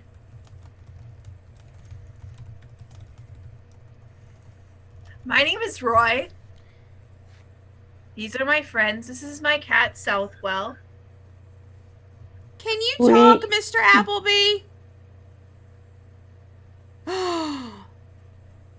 Oh, I guess Finley was right. yeah, we'd heard that you lost your breath. I didn't realize that meant you couldn't talk at all either. I guess you do have to breathe to talk. That sort of makes sense. I didn't think that through, though. Do you know how you lost it? Did it get stolen? Do you know who stole it? I'm gonna go beat him up. No, we don't. No, Oh, no. wait, you Oh, do? right, sorry. Witches don't get into fights. Sorry. Can you tell us who did it? I mean, like, can you write it down somewhere? Can you make the words really slow with your mouth so I can read your lips? The wind did? The wind? The wind. Oh, maybe that's why it felt so mischievous. It's going around stealing people's breath. What She does the looks wind at Poppy. need more breath for? She looks at Poppy like, why is the wind want this breath? I don't know. I mean, the wind's already got enough to blow around. I don't know why it would need... Well, here's the thing. I know I can't yodel. And I don't. It sounds like it would be cool to yodel. And maybe if I had I'm not saying it's okay to steal people's breath, so you can yodel. But if I had the chance and I was less of a nice person, I might. Well, I suppose maybe we should just see if we can ask the wind why it stole his breath. Now, out of character, I forget how magic works, but I would like to try to do some magic, maybe. Okay, so magic is super goofy. I wrote the formula down. So for spells, you can cast whatever spell you want to cast. It provides a list of suggestions and their difficulties. But if you just want to make something up and ask to do it, I'll just come up with a difficulty for it. That's what I was wondering, if we could just make stuff up. Mm-hmm. Yep, the spell list provided in the book is only for, you can do those specific spells if you want, but it's just sort of suggestions. When you cast magic, you roll your current magic power, which is the magic power based on the day, which the card that I drew that I forgot to announce after I drew it was the staff, which is number 3. So this is the 3rd day of the witch calendar month. Ooh. And when you created your characters, you rolled a d6 for every single day of the witch calendar month to determine your magical power for each day. So this is for day 3. You add that number to the difficulty of the spell, which I will determine once you kind of let me know what you're hoping to do. And you add to it the target of, or the belief level of your target. So whatever you're trying to cast magic on, you add that target's belief, numerical belief in magic, which fortunately the wind has a really high belief in magic. And then you roll 2 dice and multiply them together. And if the result of those 2 dice multiplied together is equal to or less than the spell success rate, which is all the numbers you added together, the spell succeeds. It's so ridiculously complicated. Yeah. That is a lot for me to keep straight. Okay, so go to your calendar. Yes, no. I've got my calendar up. I'm very glad it's 3 and not 4. Otherwise, I'd be at a minus 12 today. Yikers. But I have a 4, so that's my power stat for the day. Okay, so you have 4. And then you're going to add that to the difficulty of the spell. Okay, so the spell that I would like to do is basically, I guess, just like coalesce the wind in the area into like an avatar of the wind spirit that's around. Or like summon the wind spirit into a physical form that we can talk to. Or at least a more solid form. Boop, boop, boop, boop, boop. Let's see.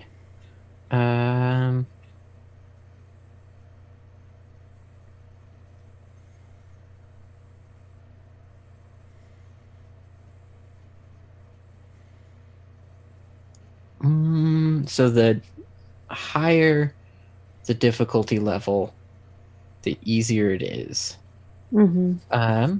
So I'm going to say that it is difficulty 4 plus. Do you have the sky skill?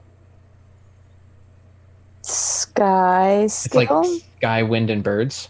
Yeah, I got sky birds and I got the wind reading. I took both of those. How about wind reading? Okay. Okay, so you add that, and then belief in magic is 12. Okay, so my wind reading is 6, so 10 plus 12 is 22. Okay, so roll the 2 dice and multiply them together. Okay. 4. 2 times so 2 is you're 4. Good. Because you had to get less than that difficulty rating of 22. Okay. I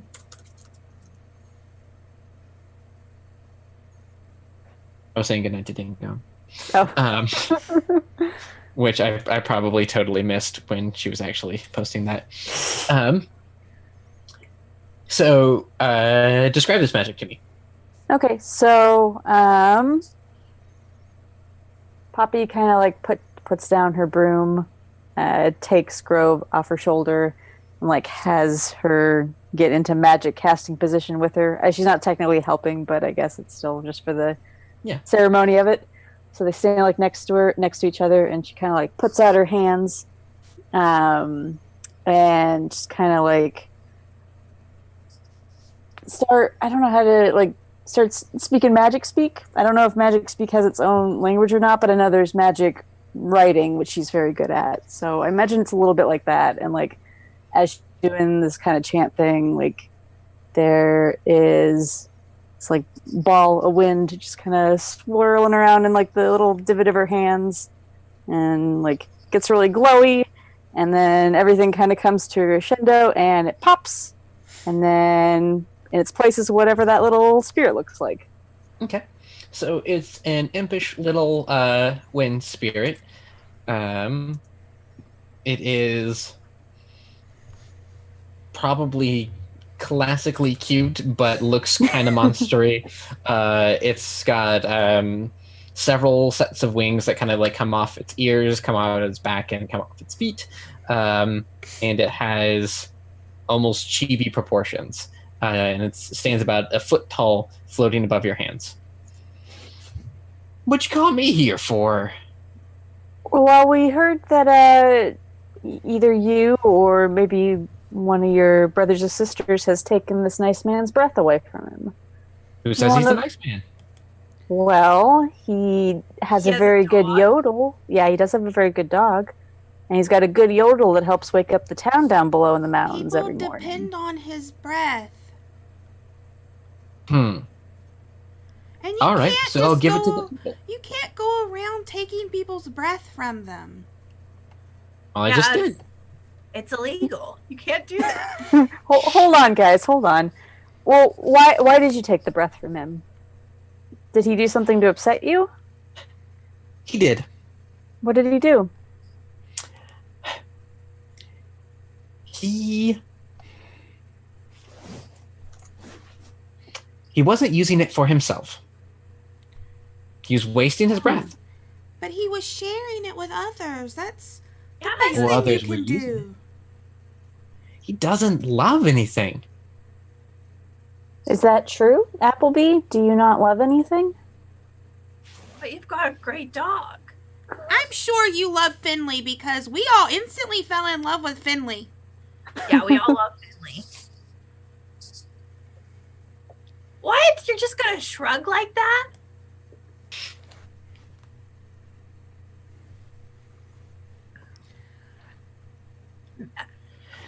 Sure, he loves the dog, but he can't talk to the dog.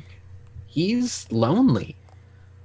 And he doesn't use his breath to bring anyone closer. He uses it to sing louder and louder so he can be farther and farther away from the town, and so he never has to see anybody. And he thinks he can just throw his breath away, throw it to the wind, and not use any of it for himself, so I'm teaching him a lesson. Some people are introverts. I just And learned some people that get word. their breath stolen. Amma, what does that word mean? It means that they don't like to be around a lot of people. It makes them really anxious, and they don't really have a lot of energy to talk to a lot of people. I'm not one of those. No, I'm not. I'm. What's the opposite of that? Because I think that's what I am. Extrovert. Extrovert. Oh. Extrovert? Extrovert. Extrovert. Okay. Extrovert. Okay.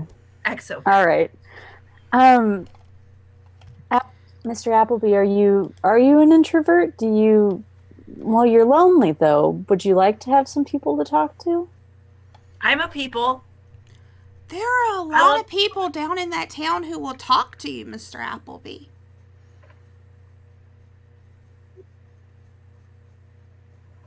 Is it that you're shy? Or that you just don't know how to talk to them? I can teach you how to talk to people. I'm really good at it. People love to hear me talk. I think, and Emma turns and looks back at the little imp, you should give Mr. Appleby his voice back. One, because it's rude that you stole it in the first place, and that's not common courtesy. It's not yours. And 2, if you want him to get better, then you should help him. You shouldn't take his means to get better away. Yeah, if he's gonna use... If he has to... Okay, if he has to get close to people, it's really hard to get close to people when you can't talk to them. So you're actually just being like a bully, and you're making it harder on him. You're right, Roy. Yeah, I'm always right. All right. So what you've said is really, well, it's really I've heard the words that you've said, and it's really made me think about this voice that I've taken, and the imp swirls this like colorful, just looks like wind, around its finger, and maybe it was wrong of me to take it, and then flicks really, really hard, and the color goes flying up high into the wind and catches and swirls around and flows off, and you see it shoot in the direction of one of the forests. That was very wrong of me to take his breath. It is all his. He likes throwing it out there. Now there it is. You're a rude person. Can I roll to smack the... Roll to smack down. Yeah, it's time for Roy to smack down. No. I mean, do you want Roy to smack the imp? It's what she would do. Okay. But the rules say that witches don't fight. But Roy fights. See, when has Roy followed the rules? When has Roy followed the rules is the question. And the answer is... The answer is she has probably a 6 in stubbornness and doesn't care. No, she's got a 3 in stubbornness. Aw, man. Yeah, I didn't roll great. So you go to slap the imp, and you get a pretty good crisp, like, it felt like your hand hits like a burst of air. Well, let's be clear. It was a fist. It was a fist. Okay. It wasn't like, okay, yeah. Punch. Yeah, so you go for the punch, and you get that tingly sensation of like very sharp burst of air, like in contact as you contact the imp. And when you do that, the imp kind of unforms a little bit and becomes wind and swirls around and kind of like reforms, but like come back here, genie style, Face where what like you've done. Whoa! I don't want to. You're a big Can't bully. make me. I'm a small bully. And look, I'm gonna make a snowball. Can we report him to the wind authorities? Poppy, are there wind authorities? I'm gonna make a snowball and throw it at him. See ya. And as the wind spirit disappears, you see the glimmer of the color of the breath settle in the trees with the kind of like forest area that's farther downtown, and Appleby just collapses. He falls to his knees and he puts his face in his hands. I'm sorry. Oh, that was such a mean little... Oh, I'm so mad. Mr. Appleby, we'll go into the forest and find your voice for you. You have to have it back. You have to be able to yodel for the town. Yeah, and it wasn't... Even if... Well, I mean... I don't know. I mean, I guess the imp had a point, but it wasn't the right thing to do. Well, We'll go get it. It's not Mr. Appleby. I don't think that imps should be going around making judgments on people just because he thinks he can. Well, it's not just... How bad. about this? I have an idea. Okay, Mr. Appleby. Proposition. We'll get your voice back so you can continue to yodel and, benefit the town. But you have to go on a attend... No, not a date. You have to Maybe attend a date. a social outing in the city, in the town. Like a date. Stop saying the word date. You're making him very nervous. Look at him. Do you, I mean, but if he has someone he likes, I think it'd be fun to... But if it's a big social outing, there won't be so much pressure. Well, that's all right. Mr. Appleby, why don't you go on home? We'll head off and try to catch that for you. We should go quick, though, because I bet it'll blow even farther away the longer we wait. I'm good at talking. Well, I'm gonna go I'm after not great it. at talking to trees, but I can try, and I can try to get them to hold onto the voice. Okay. Emma is jumping on her broom and immediately flying after it because I have fast flying, so she's gonna. Nice. Do you want to go ahead and roll fast flying for me? Yeah, I real will. quick?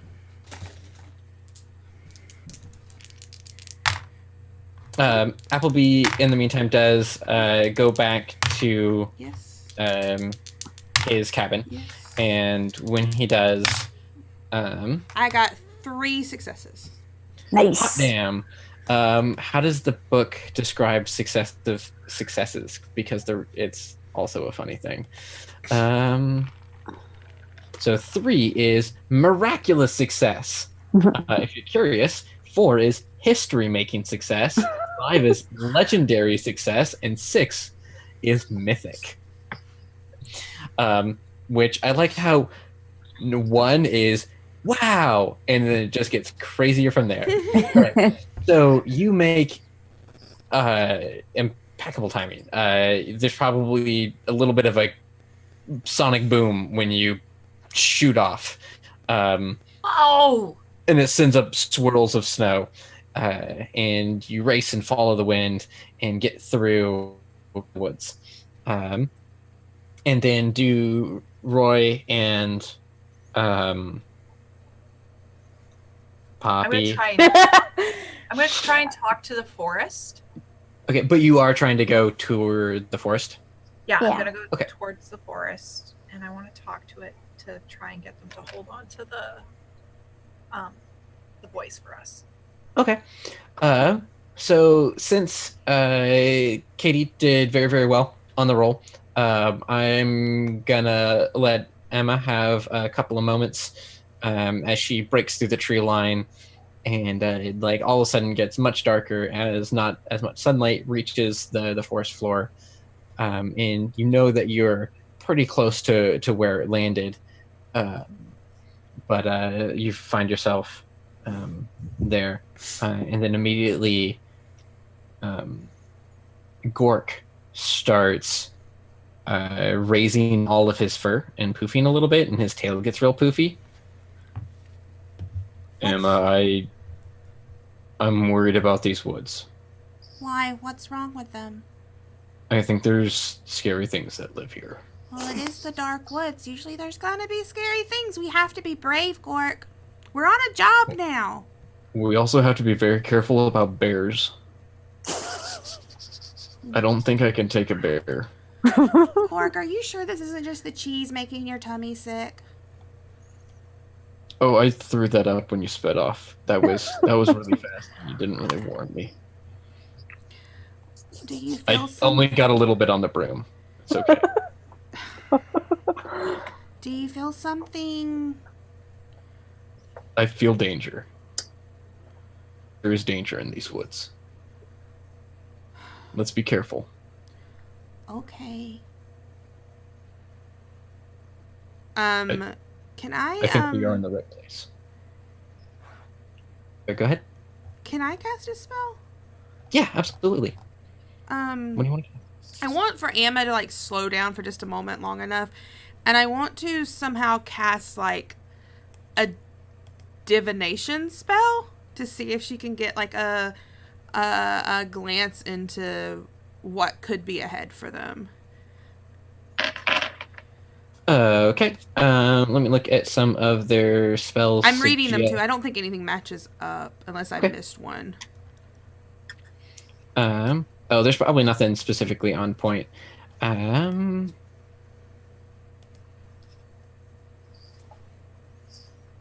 boop, boop, boop, boop.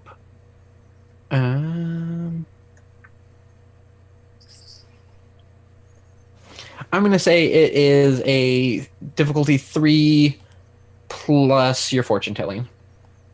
Okay, so you'll have to walk me through doing this again because I don't understand. Okay. it at all. So if you look at your calendar, Yes. Hold on a second. I've lost your magic power on day 3 is a 3. is a 3. No, okay. a 2. So it's 2? Ooh, okay. So you add 2 plus, I said the difficulty was 3 plus your fortune telling skill. 5 plus my fortune telling is 4, so 9. 9. Okay. Plus your target's belief in magic.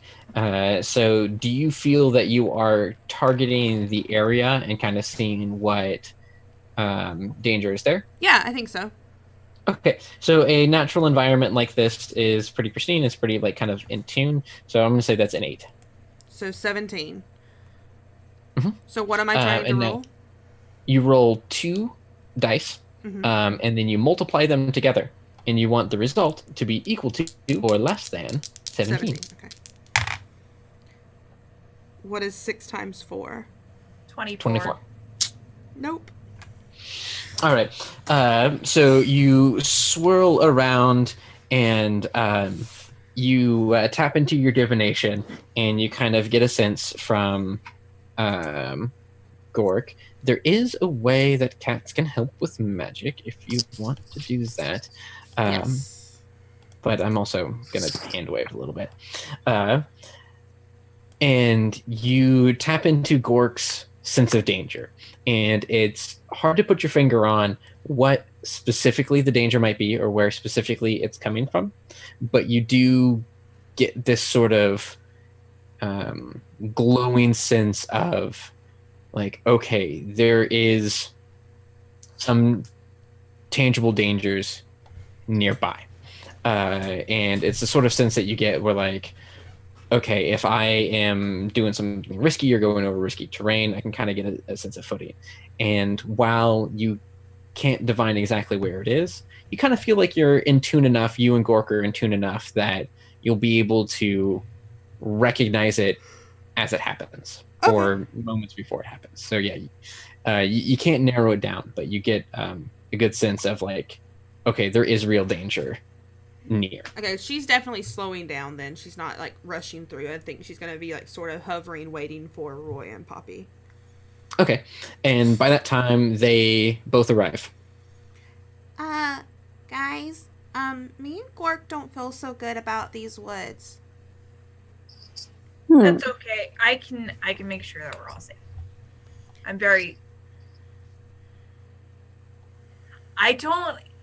Witches aren't supposed to fight. We're not going to tell anyone, Roy. Okay, well, I am really good at punching things sometimes. I may have broken a couple of people's noses, but they had it. In my defense, I wasn't aiming for their nose. It got in the way of my fist. But anyways, I'm good at. I can keep us safe. It just feels really dangerous here. Then we should be careful. Yeah, let's be careful. I don't think we should get into a fist fight with packs of wolves if we can help it. Well, you get into friends with packs of wolves, Poppy. Oh, I don't know. I don't know if wolves are all that friendly. I mean, maybe some are, but I don't know if...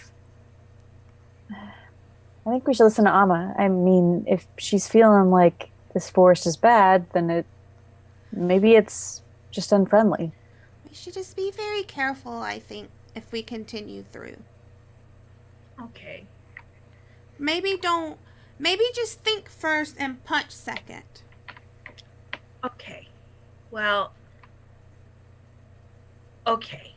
I mean, the punching's still on the table, Roy, but just do it. Don't do it first. Well, it didn't work very good last time. I just whoosh. Sometimes it happens. So as you go through the woods, or at least stay here, the ambient noises, the hooting of owls, and you hear growls and strange howling in the distance. These sort of echoic, almost monsters, very bestial noises from directions that are difficult to pin down start filling the forest. And it is markedly darker, even though it's probably late afternoon at this point. It's still light outside, but it is getting darker and it gets colder. Can I light my hand on fire? Can I make a fire for my hand? Is this a spell? Like my fist is a torch. Yes, I think this is. Okay, yeah, no, as a magic, yeah, sure thing, yeah. No, she's just gonna light her fucking hand on fire. Yeah, I'm just gonna put my hand on fire. Okay. Which is a very big Rachel move, so. Yeah. So this is a lot like Stars Lend Me Your Light, which is you just it will last for about an hour, and the kind of drawback to it is you're using your hand kind of becomes occupied in the spell. So that is difficulty 7. What's your magic power for day 3? For today, it is 4. 4. Nice. So that's 11, and you're casting it on yourself. Yeah. Which is for people who believe in magic. So. And I think the maximum for that is 12. Okay. Okay. So 7 plus 12 is 19. Mm-hmm. I just roll 2 d6. 4 times 2, that's 8.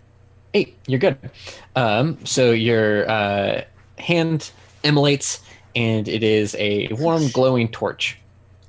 So my mom says that my name is Roy, and Roy is a word that means red, and the red is related to fire. So sometimes I like to make fire because it's my name. That's a pretty good fire. Don't wave it around. You could hurt someone, Roy. Okay. But it's really good. It's like, good job. I hold it away from my body. Yeah, there's the moment when you're describing that, and it seemed in character to just kind of like gesture and touch her head. It's like, I hope she just doesn't like touch your forget, and then put her like fiery hands in her pocket. Yeah. Stealth well. Yes. If I ask, can you just make sure that I don't... I'll stay up on your shoulders. Okay, thank you. And Southwell hops up on your shoulders. And I walk out in front of the other two. Okay. Emma is staying, like, trying to keep on a brave face. I think she's got off her broom and she's walking. I think we're all walking, correct? So she's kept on a brave face, but she's staying, like, really close to Poppy. She's not brave whatsoever. That's okay. Before we get too far, are there any, like, quieting spells or, like, things that are good for stealth or just going unnoticed in the book already? If not, I would like to cast something like that. Roy and her antics. Yeah. Only that they're pretty loud. Yeah, no, that's fair. I think there might be. No, that's narrow spaces. Never mind. I'm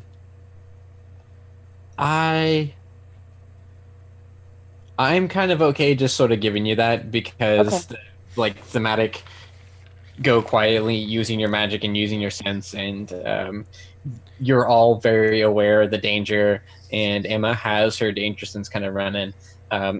Poppy, you can do a magic that kind of, swirls your feet, and you can grab it if you want, but yeah, like a simple spell to just tread a little bit more quietly. Yeah.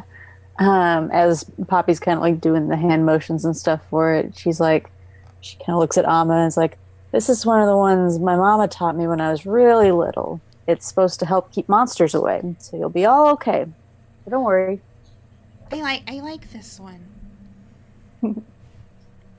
She's still, like, sort of sticking to you, though. Yeah. That's okay. And as some of these growls and howls and stomping and shuffling that seem to surround you grows and becomes impending, and you almost lose track of where the edge or the outside of the forest was. You hear a very distinct snap of a stick being crushed underfoot, and it's just ahead of you. Poppy kind of reaches out and just like grabs onto the hood of Roy's cloak just to make sure she's still within arm's reach and doesn't run away suddenly towards it. Yeah, I was like, she's not running away, she's running towards. That's what I mean. Don't run away from us, towards it.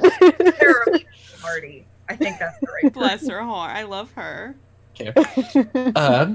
So Roy lunges forward, and the first thing you see is a large looming figure of this shape, this burly shape of it's, you just see the dark brown. It's almost amorphous, and then it rises, and arms spread out, and you catch the glint of eyes, and it is a person. You see a large, burly man standing there, and his eyes are wide and his arms are outstretched as he turns and faces you. I'm going to give you guys, based off of only that information, the ability to react and tell me what your gut reactions are. My gut says freeze because I don't know. Just let him do the first move before. Okay. And then in this brief moment, Emma, you realize that you've been so keyed into like every fleeting sense of danger, the like bird of prey or critter that could nibble or steal your food or anything that could cause a danger, but you don't get a sense of danger from this guy. And as his expression kind of calms, you see that it was one of surprise. In his arms out, he's like, whoa, what are you kids doing out here? This is the forest. She pulls up Hi. Poppy's sleeve. I think he's okay. Hi, I'm waving my Are you flaming sure? hand. Yeah, I don't. He feels different. This whole forest feels really, really scary, but he seems really nice. Well, this forest is scary. It's positively full of monsters. What are you doing out in it then? I'm the forester. My name is Dara. Dara. My job. Oh. To watch Well- over it and make sure the monsters stay here. Well, it's nice to meet you, Dara. We're witches from another My name town. is Roy. I'm waving my flaming hand, just like. I see. Well, I'm glad to know that that is intentional. Yeah, I'm Poppy. And looks at all Amma. I'm Emma. Nice to meet you. It's good to meet the three of you. But again, what has you wandering through these woods? It's very dangerous. It's a little bit of a long story. We're Just looking the for short- someome's voice. Applebee's. The wind stole it and threw it in here, and Yeah, we were 'cause- following it. Big meanie. Is he all right? Well, he's not really, but he's not like dying or anything. Voice. Oh my, Pretend- so that's why he's been so quiet. Yeah, and he's lonely, I guess. The wind said that they stole it because he wasn't using it properly, or not for himself anyway. He was just People like throwing it around. to not be selfish. Which it makes sense. I mean, Appleby probably should make more friends, but it wasn't his voice for the wind to steal. No. Very mean of him. And it's a shame. It's such a beautiful voice. It's one of the only things that keeps me company here in the woods. Wait, that's exactly what. Well, I'm looking. I I'm guess- looking. I'm making eyes. Emma and Roy are just. But how does one physically lose a voice? How could we possibly find it? Well, it's kind of I sort of coalesced the wind into a little imp, and I guess it sort of made the voice tangible too, I guess. They threw it like a snowball. Yeah. Just recently. Yeah. Like just now. Oh, I thought it was a shooting star. Did you see which way? Voice. I did. That's what I've been looking for. Something as beautiful as that. I thought it was a star literally fallen from the sky. But yes, let's find it together. Okay. Yeah, let's. Roy and Em are the worst. They were gonna be so opposed to each other, but now they're gonna be best friends. I know, right? And they probably think they're being so subtle, but they're not. They're not subtle at all. So Dara takes the giant lumberjack axe off his back and kind of holds it at the ready. Come now, Roy. You said your name. Yeah, that's my name. Would you mind staying close?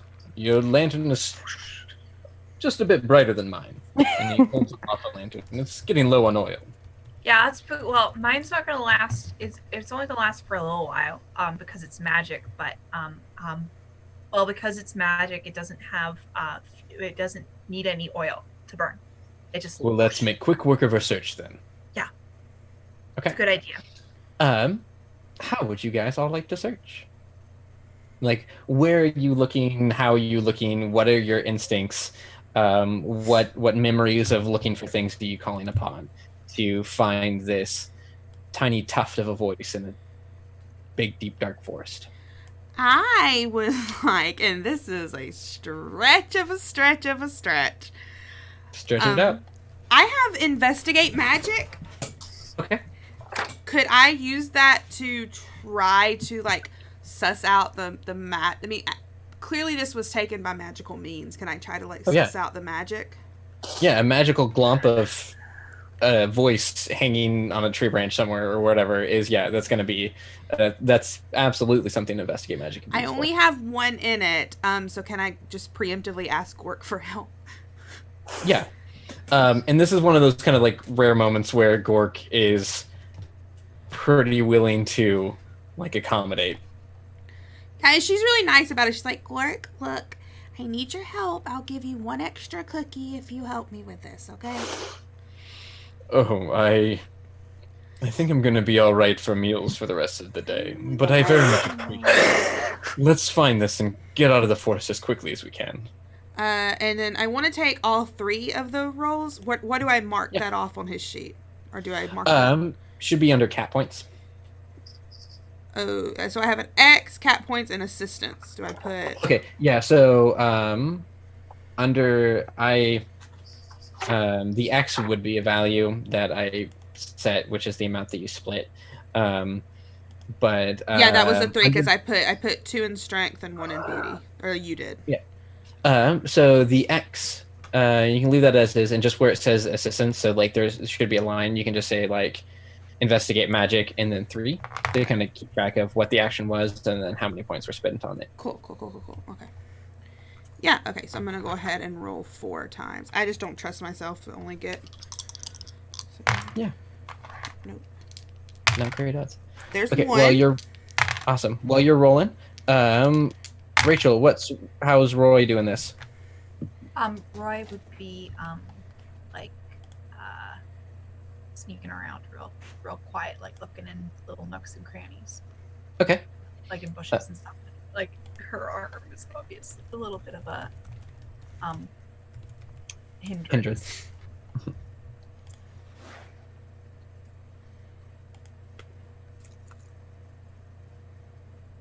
And then how is Poppy? I think Poppy is gonna kind of look at Grove and be like, "Hey, Grove, do you think you could find walk around and see where the best places to hide something little would be?" And this kind of ties back into one of my 3 questions that I answered your backstory, that Roy helped Poppy find Grove when she was on her first quest to get her cat. So I think that Grove is a little bit of a bush dweller and likes to find good little hidey holes to get into. So help me find good cat hidey holes. Okay. So the 4 of you are, or I guess 7 of you are searching high and low and up and down and a nook and cranny and bush and bough. And at last you find this... I got 2 successes, by the way. Oh, nice. You've got good luck with them dice. They've been serving you well. If it's not fucking roll 20, I'm fine. So Emma, Roy is probably like rummaging and holding up the light, and it all adds up. You catch the glimpse of this like little purple tuft. It looks like wool or cotton or something caught in a tree branch about eye level. And you're able to recover it, and as you hold it in your hand, or as you hold it between you, whoever's holding it, you hear this faint echo of a yodel kind of emanating from it, but also carrying it. And as you have it, Dara looks down and addresses all of you. Well, there's a very important place that this needs to return to. I trust you'll take it there? Of course. Well, but maybe you should come with us too, because you helped. And also, if you said you really liked Applebee's voice, you should probably tell him. I bet he'd love to hear that, it keeps you company out here. Mm-hmm. You really think so? I Definitely. often don't think much about leaving my forest. You can leave sometimes. The monsters will be okay. Yeah, Well, they're not going to miss you. Well then, I suppose it would be responsible of me to escort you the rest of the way. Though, honestly, with flaming arms and talking cats, I feel like you're escorting me. Maybe I need to call on witches more often myself. But anyway, thank you for your help. You're welcome. Shall we then? Yes. Okay. So, you deliver the voice back to Appleby. And I'm wondering at which point we want to... Are you guys okay with kind of like cinematicing it from here? Okay. So the voice is delivered. The little tuft. Appleby breathes it back in. And he's... Oh, wow. Oh, I missed that. And then as Appleby and Dara talk, I'm assuming the visual I have in my head is, while that's going on, not at all subtly, Poppy just kind of like gets them both like, come on, we did it. Let's Emma's just going, no, I want to watch. You've gotten to see enough. You got to let them be alone now. Yeah. And as you're walking away, you hear laughter that breaks out into a very brief but distinct yodel. And so when you go back down to Mayor Puck, she's got a tear in her face. She's just so happy that her town yodel is returned. So she loads you up with coin and cheese and the delicacies of the town, and some trinkets and souvenirs, and thanks you for your job. Yay! That was so cute. You did it. Yeah. Okay, we can go around. Do any plugs where we can find you through the week, that kind of thing. Say any tidbits about the game if you enjoyed it. Start with you, Taylor. I am Taylor. I am also at Whimsy Machine Media. I'm on Twitter also at Taylor_CS. I have many places. I make games sometimes. This is not a game I made. I like other people's games too. You can find me on the internet on either those Twitter handles or tomorrow on Off the Table, where we will be playing Monster of the Week, Season 3 debut. And that is me. What about you, Mariah? I'm Mariah. I mostly do art. I have a webcomic called Rainy Day Dreams. Probably the best way to get to the link to that without me just saying my long ass URL is if you go to my Twitter, which is at Rainy Day Mariah. And yeah, I didn't do the art that is very nicely on the screen. I think I haven't actually looked at it, but I think it's it is. Okay. I didn't do that art, but I do plan, or I hope to do. I always hope to do more art than I necessarily get time to, but I hope to do drawings of everybody sometime soon. So, yeah. Sweet Rachel. Sweet Rachel. Hi everyone. I'm Rachel. Rachel Romulus. You can find me on Twitter at r_Romulus. You can find me here every other Thursday. You can find me hopefully every other Saturday. This Saturday, being really optimistic about it.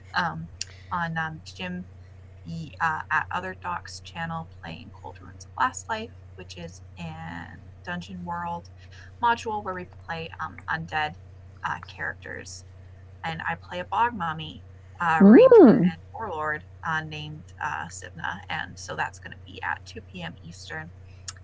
You can find me on this channel every Tuesday for the next 3 upcoming Tuesdays, playing Masks, Planned Obsolescence, where I'm a teenaged superhero, and that is at the time 8 Eastern.